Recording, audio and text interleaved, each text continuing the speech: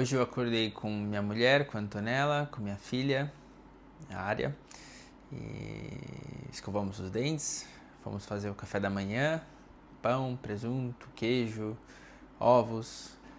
Tomei a minha creatina, fazia bastante calor, a gente ligou o ar, e aí depois levei a Ária para a creche e fui pro treino. Suplementação depois do treino, voltei para casa, a gente almoçou, passamos ali a tarde juntos, depois de tarde comemos alguma outra coisa, fruta, iogurte, de noite a gente jantou, colocamos a Área para dormir e vimos um pouco de TV e depois, antes de dormir, eu fui ler um livro. O livro era O Quarto de Despejo, de Carolina Maria de Jesus. Aí eu li isso aqui. Dia 23 de maio. Levantei de manhã triste porque estava chovendo. O barraco está numa desordem terrível. É que eu não tenho sabão para lavar as louças. Digo louça por hábito, mas são latas. Se tivesse sabão, eu ia lavar as roupas. Eu não sou desmazelada. Se ando suja, é devido à reviravolta da vida de um favelado. Cheguei à conclusão que quem não tem de ir para o céu, não adianta olhar para cima. É igual nós, que não gostamos da favela, mas somos obrigados a residir na favela. 21 de maio. Eu ontem comi aquele macarrão do lixo com receio de morrer. Porque em 1953 eu vendia ferro lá no Zinho. E havia um pretinho bonitinho. Ele ia vender ferro lá no Zinho. Ele era jovem e dizia que quem deve catar papel são os velhos. Um dia eu ia vender ferro quando parei na Avenida do Bom Jardim, no lixão, como é denominado o local. Os lixeiros haviam jogado carne no lixo e ele escolhia uns pedaços e disse-me: "Leva, Carolina, dá para comer." Deu-me uns pedaços, para não magoá-lo aceitei. Procurei convencê-lo a não comer aquela carne, para comer os pães duros roídos pelos ratos. Ele disse-me que não, que há 2 dias que não comia. Acendeu o fogo e assou a carne. A fome era tanta que ele não pôde deixar assar a carne. Esquentou e comeu. Para não presenciar aquele quadro, saí pensando: faz de conta que não presenciei essa cena. Isso não pode ser real num país tão fértil quanto o nosso. No outro dia encontraram o pretinho morto. Os dedos do seu pé abriram. O espaço era de 20 centímetros. Ele aumentou como se fosse uma borracha. Os dedos dos pés pareciam leques. Não trazia documentos. Foi sepultado como um Zé qualquer. Ninguém procurou saber seu nome. Marginal não tem nome. 15 de julho.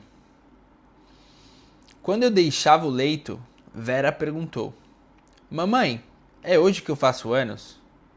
"É, e meus parabéns? Desejo-te felicidades." "A senhora vai fazer bolo para mim?" "Não sei, se eu arranjar dinheiro." Acendi o fogo e fui carregar água. As mulheres reclamavam que a água é pouca. Os lixeiros já haviam passado. Catei pouco papel. Passei na fábrica para catar estopas. Comecei a sentir tontura. Resolvi ir à casa da dona Angelina pedir um pouco de café. Quando eu saí, disse-lhe que estava melhor. É fome, você precisa comer. Mas o que ganha não se dá. Já emagreci 8 quilos. Eu não tenho carne e o pouco que eu tenho desaparece. Peguei os papéis e saí. Quando passei diante de uma vitrine, vi o meu reflexo. Desviei o olhar, porque eu tinha a impressão de estar vendo um fantasma. Eu fritei peixe e fiz polenta para os filhos comer com peixe. Quando a Vera chegou, viu a polenta dentro da marmita, perguntou: "E o bolo? É hoje que eu faço anos." "Não é bolo, é polenta." "Polenta eu não gosto." Ela trouxe leite, eu dei-lhe leite com polenta. Ela comeu chorando. Quem sou eu para fazer bolo?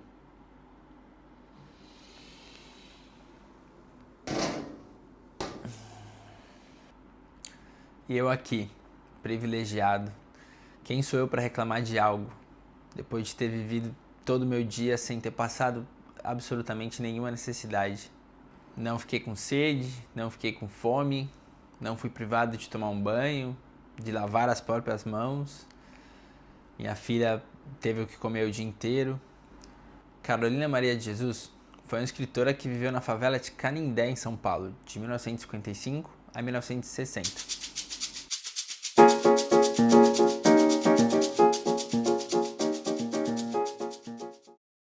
Nós estamos acostumados a ler e a escutar pessoas falando sobre a pobreza, sobre as comunidades, desde fora. Carolina escreveu desde dentro. As cidades iam aumentando, se desenvolvendo e, consequentemente, ia aumentando as pessoas marginalizadas e aumentando também as favelas, que não tinha estrutura para suportar tanta gente. Esse vídeo, com o exemplo do livro, é simplesmente uma reflexão. Quem somos nós, os privilegiados? Será que é possível entender realmente as pessoas que estão nas situações mais vulneráveis na nossa sociedade? O que eu posso dizer? Eu nunca passei fome. Eu não sei como é. Essa foi a página número 4.